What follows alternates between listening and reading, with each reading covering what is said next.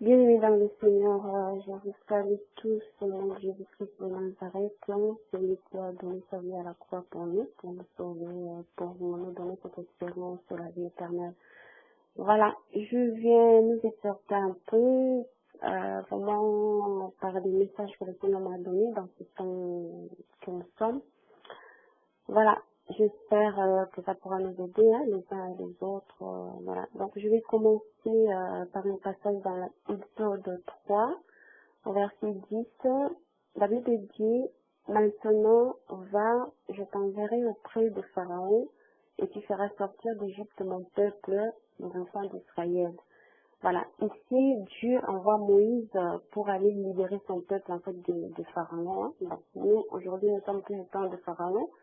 Mais si on veut, Pharaon, c'est un état d'esprit aujourd'hui dans lequel nous sommes, nous, le peuple de Dieu. Donc, nous devons sortir d'Égypte parce que nous sommes du monde.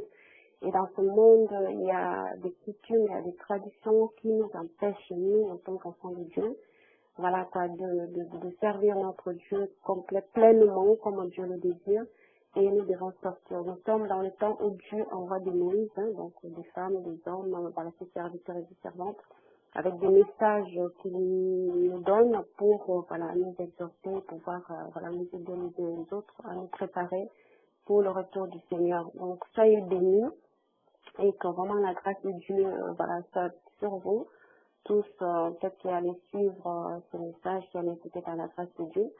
Vraiment, je prie que le Saint-Esprit nous aide hein, à comprendre quel est le but de ce message, parce que nous sommes appelés de passagers dans ce monde, nous devons quitter ce monde un jour ou l'autre, et nous avons à nous préparer en fait à la rencontre de notre époux qui vient bientôt. Alléluia.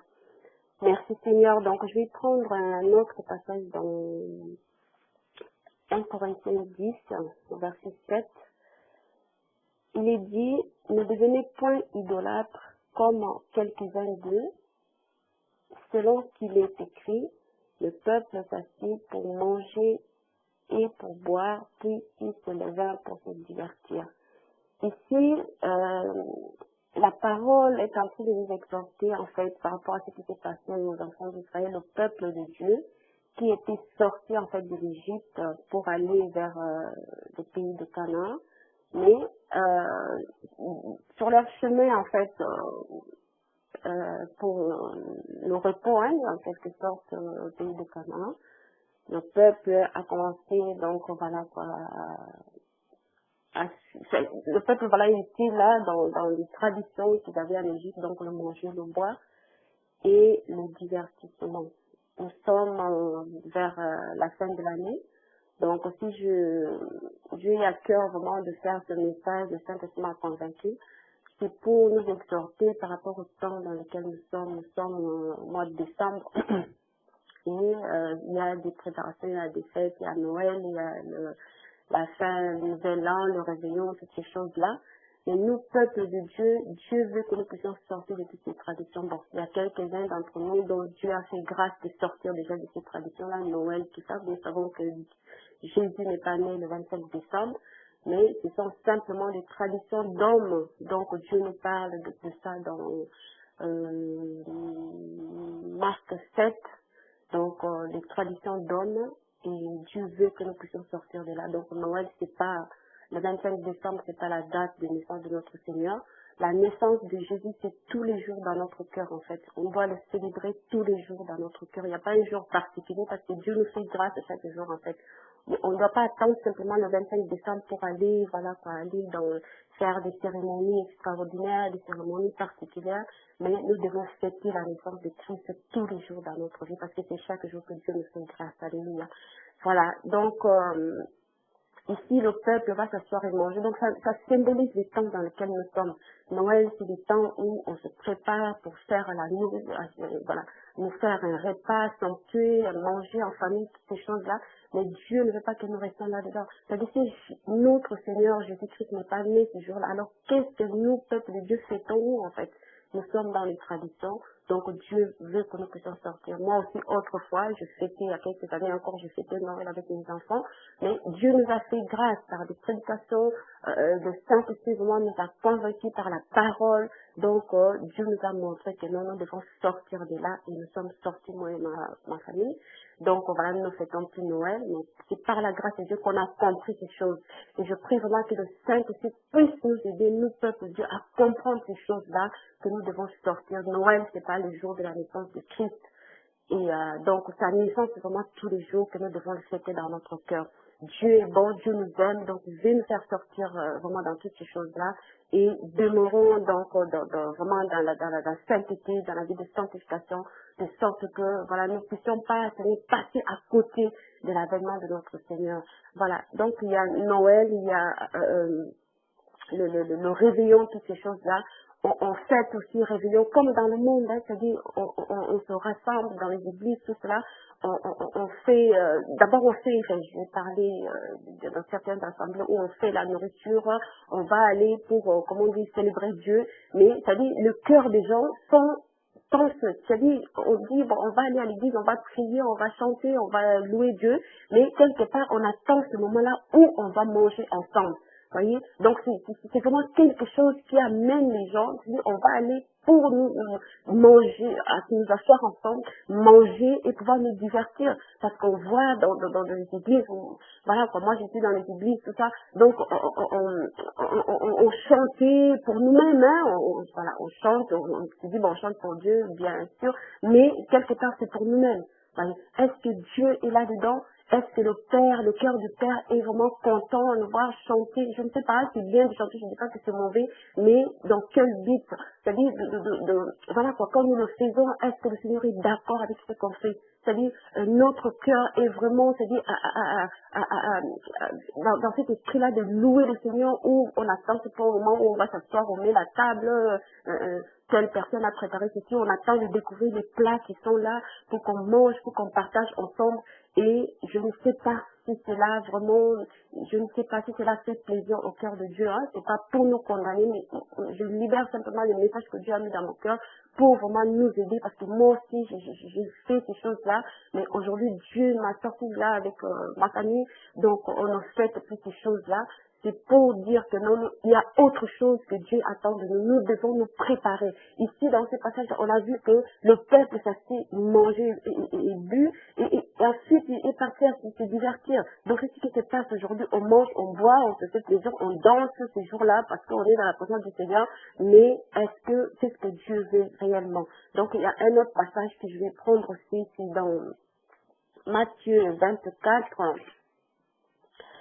Matthieu 24, à partir du verset 36, la Bible dit, pour ce qui est du jour et de l'heure, personne ne le sait, ni les anges des cieux, ni le Fils, mais le Père seul. Ce qui arriva du temps de Noé arrivera de même à l'avènement du Fils de l'homme. Car dans les jours qui précédèrent le déluge, les hommes mangeaient et buvaient, se mariaient et marièrent leurs enfants jusqu'au jour où Noé entra dans l'arche. Et ils ne se doutèrent de rien jusqu'à ce que le déluge vint et les emporta tous. Et il en sera de même à l'avènement du Fils de l'homme. Alors, je vais m'arrêter là, donc il en sera de même à l'avènement du Fils de l'homme. Donc ici, Jésus nous parle, c'est-à-dire il ouvre nos yeux, en fait, à quelque sorte. Il compare les temps dans lesquels nous sommes au temps de Noé. Ces temps-là, Noé parlait, Noé dit, Dieu avait donné, comment dire, une mission à Noé de construire l'arche. Et Noé a appelé les gens en disant, venez parce que Dieu va détruire le monde. Il y a tellement le mal, le cœur de l'homme se tourne tellement vers le mal. Mais les hommes ne l'écoutaient pas parce qu'ils étaient tellement préoccupés à faire la fête. Il y avait bien clair ici, la parole est bien précise. Ils mangeaient, ils faisaient la fête, ils se mariaient. C'est tout ce qui se passe aujourd'hui, bien aimé.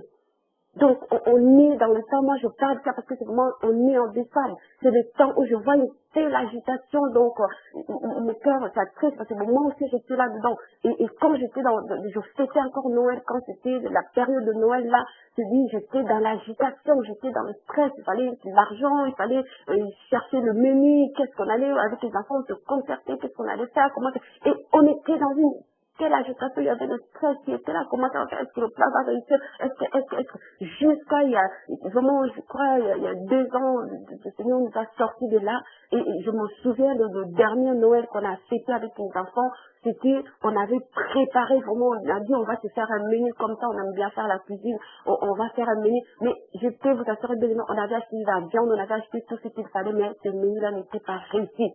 Donc, on a vu que la viande était dure, la sauce n'était même pas bonne. Et là, moi, j'avais compris le message de Dieu. Donc, après cela, l'Esprit vraiment m'a convoqué, m'a mis dans ces parties dans lesquelles je suis en train de vous partager. Et j'ai pris ma famille, j'ai dit non.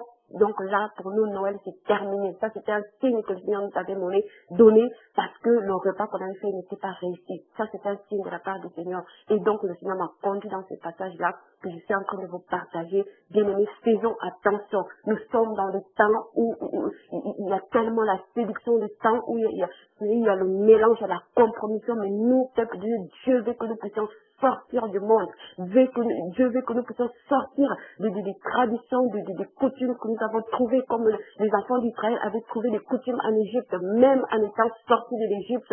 Et ils avaient toujours ces coutumes dans leur cœur, dans leur tête. C'est pour ça que Dieu, j'ai pris ce passage-là d'Exode 3:10, Dieu va dire à Moïse, va libérer mon peuple de Pharaon. C'est-à-dire, Pharaon, aujourd'hui, c'est un état d'esprit dans lequel nous, peuple de Dieu, nous sommes. On va dire, oui, nos enfants, on va faire plaisir aux enfants, ils vont à l'école, ils voient ceci, ils voient cela, leurs amis, ils ont des cas. Bien aimé, moi aussi, j'ai des enfants. Donc, je parle à mes enfants, je le fais asseoir avec la parole de Dieu. Je leur dis, voilà ce que la parole de Dieu dit. Et le Saint-Esprit nous convainc. Si nous faisons un pas, le Saint-Esprit va convaincre nos enfants aussi. Voyez, nous sommes dans le temps où Dieu a dit dans Joël 2, c'est-à-dire, dans le dernier temps, je déverserai mon esprit sur toutes les chair, vos fils et vos fils prophétiseront. Ça veut dire que ce n'est pas simplement les adultes, nous, les parents, nous, des grandes personnes. Dieu parle aux enfants. Mais si nous faisons le pas, Dieu va s'occuper du reste, à savoir de convaincre nos enfants aussi que nous ne devons pas rester dans ces choses. Ce sont des choses du monde, ce sont des traditions d'hommes. Dieu veut que nous, son peuple, nous puissions nous préparer pour son retour. Alléluia. Je bénis ce Dieu-là qui nous a aimés, qui a tout donné sa vie pour nous, qui a souffert à la croix. Jésus a souffert pour nous. Il n'a pas regardé ce qu'il était, il regardait simplement notre ignorance, nos fautes. Oh Dieu, qui pourrait subsister aujourd'hui. Mais Dieu n'a pas regardé ça. Dieu ne regarde pas les temps de l'ignorance. Il ne prend pas compte. Il sait qu'on fait des choses par ignorance. Il sait qu'on prend des choses par la séduction. On fait des choses. Mais Dieu veut simplement que quand nous comprenons, quand il nous parle, quand nous écoutons un message, quand l'Esprit nous convainc, que nous puissions faire l'effort de sortir de là parce que Dieu ne va pas faire sans nous. Dieu travaille toujours avec nous. Alléluia. Dieu veut que nous puissions faire notre part. C'est pour ça que je vous exhorte, bien-aimés, vraiment à faire votre part. Voyez, nous sommes dans ce temps où, voilà, nous devons nous préparer. Alléluia. Voilà. Donc, on va partir aussi, c'est-à-dire, il y a Noël, il y a le réveillon. Après le réveillon, il y a aussi des vœux qu'on se souhaite, hein. Donc, on envoie des messages, on appelle les frères et sœurs à passer des bonnes fêtes, joyeux Noël, que la grâce de Dieu vous accompagne, que cette année soit une année de bénédiction. Il y a vraiment beaucoup de passages dans la Bible qui dit, nous devons aller dans la parole de Dieu. Vraiment, c'est-à-dire, notre réussite ne dépend pas voilà, Dieu nous appelle à nous bénir les uns des autres, à nous exhorter les uns des autres, mais tout au long de l'année, voyez. Donc il n'y a pas un jour précis où on doit, comment dire, libérer des messages de bénédiction pour nos bien-aimés. Voyez, ça c'est des traditions, envoyer des vœux, tout ça. Donc ce sont que des traditions qu'on a trouvées dans le monde. Je pars dans Josué 1 au verset 8, non, à partir du verset 7, Josué 1, verset 7, la Bible dit quoi? Fortifie-toi seulement et aie bon courage en agissant fidèlement selon toute la loi que Moïse, mon serviteur, t'a prescrite. Ne t'en détourne ni à droite ni à gauche, afin de réussir dans tout ce que tu entreprends, que tu entreprendras. Que ce livre de la loi ne s'éloigne point de ta bouche, médite-le jour et nuit, pour agir fidèlement selon tout ce qui est écrit, car c'est alors que tu auras du succès dans tes entreprises, c'est alors que tu réussiras. Donc ici, la Bible nous parle de la réussite, de la bénédiction. Vous voyez, on s'envoie des vœux. Moi aussi, c'est des choses que je fais, mais depuis quelque temps, le Seigneur m'a vraiment pondu dans ces passages. Il me dit, mais mon Dieu, qu'est-ce qu'on fait? Voyez, c'est des traditions, on fait par tradition parce que le monde fait comme ça, parce que le monde veut comme ça. Mais ici, la Bible nous parle, Dieu nous dit ici, c'est-à-dire notre réussite dépend, c'est-à-dire de la manière dont nous allons, c'est-à-dire agir fidèlement selon sa parole, respecter la loi de Dieu, mettre en pratique le commandement de Dieu, c'est-à-dire de méditer la parole de Dieu tous les jours, de ne pas nous en écarter de gauche à droite. Et c'est là où il repose en fait notre réussite, voyez, notre succès, notre bénédiction. Il n'est pas mauvais de bénir un frère ou une sœur, hein, c'est pas ce que je dis, mais on peut le faire tout au long de l'année, pas simplement ces jours-là. Quand on le fait ces jours-là, après les fêtes, tout ça, quand les fêtes approchent, tout ça, c'est par des traditions qu'on a trouvées dans ce monde, voyez. Donc ici, pour les vœux, tout ça, donc moi je n'en vois plus un, je vous parle en tant que votre sœur, je n'envoie plus ce vœu-là aux gens parce que bon, Dieu m'a éclairé par rapport à ça. Je sais que si quand je peux bénir une sœur tout au long de l'année, que c'est un peu béni pour le Seigneur, voilà quoi. Donc c'est là, mais je ne le fais plus parce que ces jours-là, c'est vraiment c'est par la tradition d'homme qu'on le fait. Et voilà. Donc la crainte de l'Éternel aussi, il nous a parlé de la crainte de l'Éternel qui nous donne la bonne santé. Vous voyez, dans Proverbe 3, à partir du verset 7, Proverbe 3 à partir du verset 7, la Bible nous dit, mais sois sage à tes propres yeux, crains l'Éternel et détourne-toi du mal.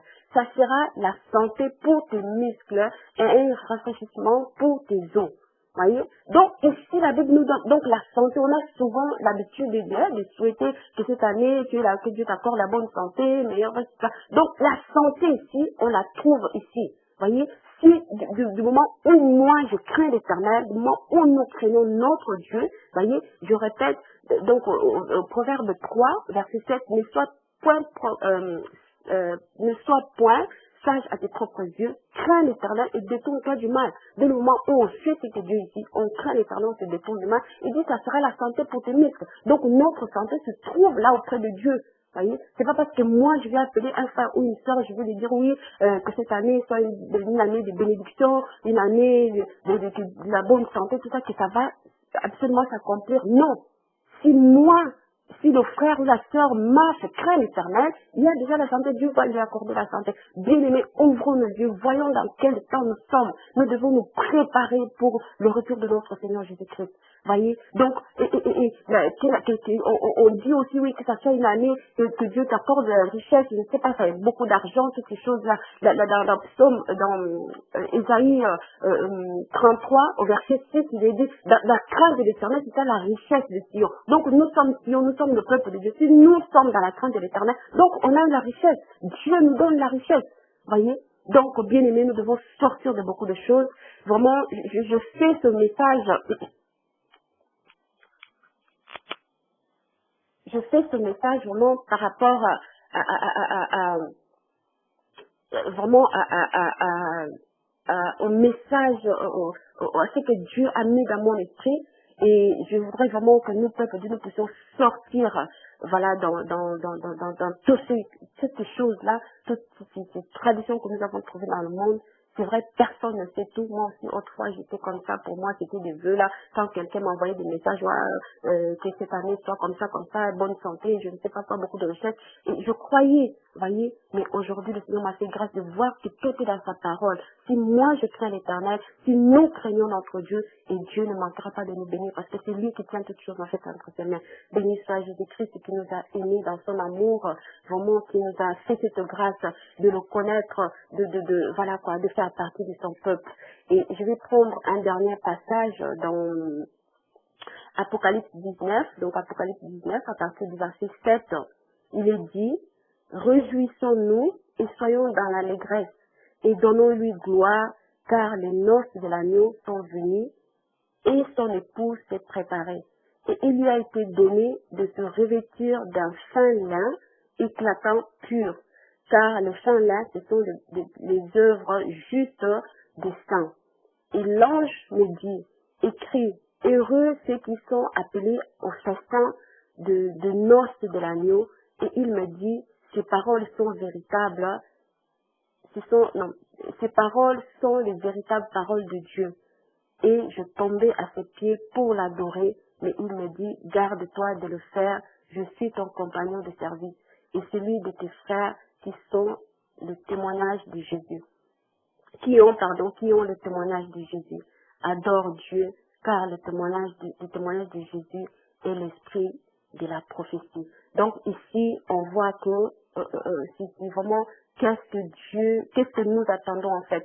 On a lu dans Matthieu 24, donc il dit à ce qui concerne le jour, quel jour, l'avènement du Seigneur, et qu'est-ce que nous attendons ce jour-là. Donc c'est la rencontre avec notre Seigneur, les noces de l'agneau. Voyez le festin qui nous attend, donc il nous est dit ici dans Apocalypse 19, nous attendons ce festin-là pour nous réjouir avec notre époux, pour nous réjouir, Seigneur, il dit, car son époux s'est préparé, pour que nous puissions nous préparer en tant que l'épouse du Seigneur. Bien-aimés, nous devons sortir des traditions, nous devons sortir des coutumes, nous devons sortir, il y a des choses comme ça paraît simple, ça paraît rien du tout, mais Dieu veut que nous puissions sortir totalement de ces choses-là afin de nous préparer. Je vais simplement donner un exemple, c'est-à-dire, nous sommes dans ce temps où il y a l'agitation, le temps de Noël, on prépare la fête, on va même, on ouvre la télé, c'est Noël, on fait comme ça, les gens sont agités. Imaginons que nous sommes dans cette agitation-là, en train de préparer la fête, d'acheter les cadeaux, d'acheter la nourriture, c'est-à-dire que le Seigneur revient à ce moment-là, précis, où nous sommes dans l'agitation. Qu'est-ce qu'on va faire? Est-ce qu'on va partir avec lui ou on va rester dans notre agitation-là? Moi, bien-aimé, j'ai envie de voir ce Seigneur-là qui a donné sa vie pour nous et qui nous a sauvés et qui nous a donné une promesse qu'il est parti nous préparer des places dans Jean 14 et ensuite il reviendra nous chercher. Bien-aimé, c'est vraiment pour nous encourager, pour nous exhorter. Nous sommes dans les temps de la fin, nous devons nous préparer. Pour nous préparer, nous devons sortir. Si nous ne sortons pas, c'est comme si on avait des charges sur nous. Voyez, donc nous ne sommes pas légers, toutes ces coutumes-là de tradition nous enferment quelque part, nous sommes esclaves, mais nous devons être libres au nom de Jésus-Christ, nous devons être libres par sa parole qui nous a franchis, voyez, et vraiment de sorte que notre cœur soit, comment dire, libre pour se préparer, que notre esprit soit libre, voyez, pour nous préparer au retour de notre Seigneur Jésus-Christ. Vraiment, je vous aime de l'amour du Seigneur. Et que le Seigneur nous aide. On a besoin de sortir du monde de l'Égypte comme Israël. Dieu a sorti Israël de l'Égypte pour aller servir Dieu. Mais malheureusement, ce qui est arrivé aussi sur le chemin du départ, avant d'arriver au pays de Canaan, Israël s'est compromis, Israël s'est séduit, Donc nous aussi nous sommes dans cet temps, nous sommes pareils. Voyez, il n'y a rien de nouveau sous le soleil. Donc nous sommes aussi là, faisons attention, il y a la séduction, il y a la compromission, il y a l'apostasie, les coutumes, les traditions sont là, on se dit bon c'est pas grave. Je sais que je reviens encore sur vraiment Noël. On se dit je vais faire plaisir aux enfants. Moi aussi qui vous parle, votre sœur, j'ai des enfants. Voyez, j'ai des enfants encore, il y en a, mon dernier a 6 ans. Donc, pour vous dire que je lui parle de ce message-là, et il a compris. Il sait que Jésus n'est pas né le 25 décembre. Noël, c'est pas une fête que nous devons fêter. Autrefois, on le fêtait. Les enfants étaient contents de recevoir des cadeaux, de nous asseoir, de faire des places à table, tout ça. Mais aujourd'hui, toutes ces choses-là, c'est fini. Voilà. Si nous cherchons simplement à faire plaisir à nos enfants, Dieu va dire dans Matthieu 10, si je ne me trompe pas, celui qui aime son père, sa mère, ses enfants, qui n'est pas digne de moi. Voyez? Donc voilà, faisons attention, bien-aimés. Je voulais vraiment que ce message soit entendu par beaucoup d'enfants de Dieu. Ça fait au moins 2 ans que le Seigneur m'a donné des messages, il en rajoute et vraiment aujourd'hui il a réveillé encore ce message en moi. Voilà, je suis là vraiment pour nous exhorter et vraiment j'espère que ce message peut nous aider, va nous aider à celui qui entend, même si on n'a pas la possibilité, on se dit mais comment faire? C'est-à-dire, tout autour est là, c'est-à-dire rien n'est c'est-à-dire ça nous peut nous sembler difficile, voyez, parce qu'on est vraiment entouré, environné de toutes ces choses-là, mais si on demande la grâce de Dieu, Dieu va nous aider, voyez, Dieu va nous aider à sortir de ces choses-là, de sorte que nous puissions nous préparer, nous, nos familles, voyez, nous préparer ensemble. C'est pas simplement les parents, mais nos enfants aussi doivent se préparer. Et vraiment, que le Seigneur vous bénisse, que le Seigneur vous garde, que le Seigneur vous aide aussi vraiment dans ce temps difficile que nous sommes. Hein. Donc, le Seigneur a dit aussi dans Matthieu 24, celui qui persévérera jusqu'à la fin sera sauvé. Nous avons besoin de persévérer et nous avons besoin de nous exhorter les uns et les autres. Soyez bénis, soyez fortifiés, encouragés par la grâce de Dieu, par le Saint-Esprit. Le Seigneur nous a envoyé son esprit pour nous aider. Et mon âme bénit encore Jésus-Christ de Nazareth, celui-là, vraiment le plus beau des hommes, celui-là qui n'a pas hésité à donner sa vie, à souffrir pour nous, voilà, pour nous donner cette espérance de la vie éternelle, pour nous donner l'accès libre dans la présence du royaume de Dieu. Et je le bénis, je le bénis, je le bénis, je le bénirai encore. Vraiment, faites de même, hein, bénissez le Seigneur, celui qui nous a aimés, et vraiment, voilà, que sa parole soit notre lumière qui nous éclaire. Allons dans la parole de Dieu avec l'aide du Saint-Esprit et nous trouverons beaucoup de choses, des trésors cachés dans cette parole-là, que des fois on n'entend pas dans les églises, que des fois, voilà quoi. Mais si nous allons, c'est comme un trésor, chacun doit faire un effort d'aller chercher. Et si on cherche, on trouvera vraiment des paroles qui donneront la joie à notre cœur, des paroles qui vont ouvrir nos yeux et vraiment pour nous aider, hein, à marcher encore avec le Seigneur. Soyez bénis, soyez bénis, soyez bénis au nom de Jésus-Christ de Nazareth. Merci Seigneur pour ce moment. Amen.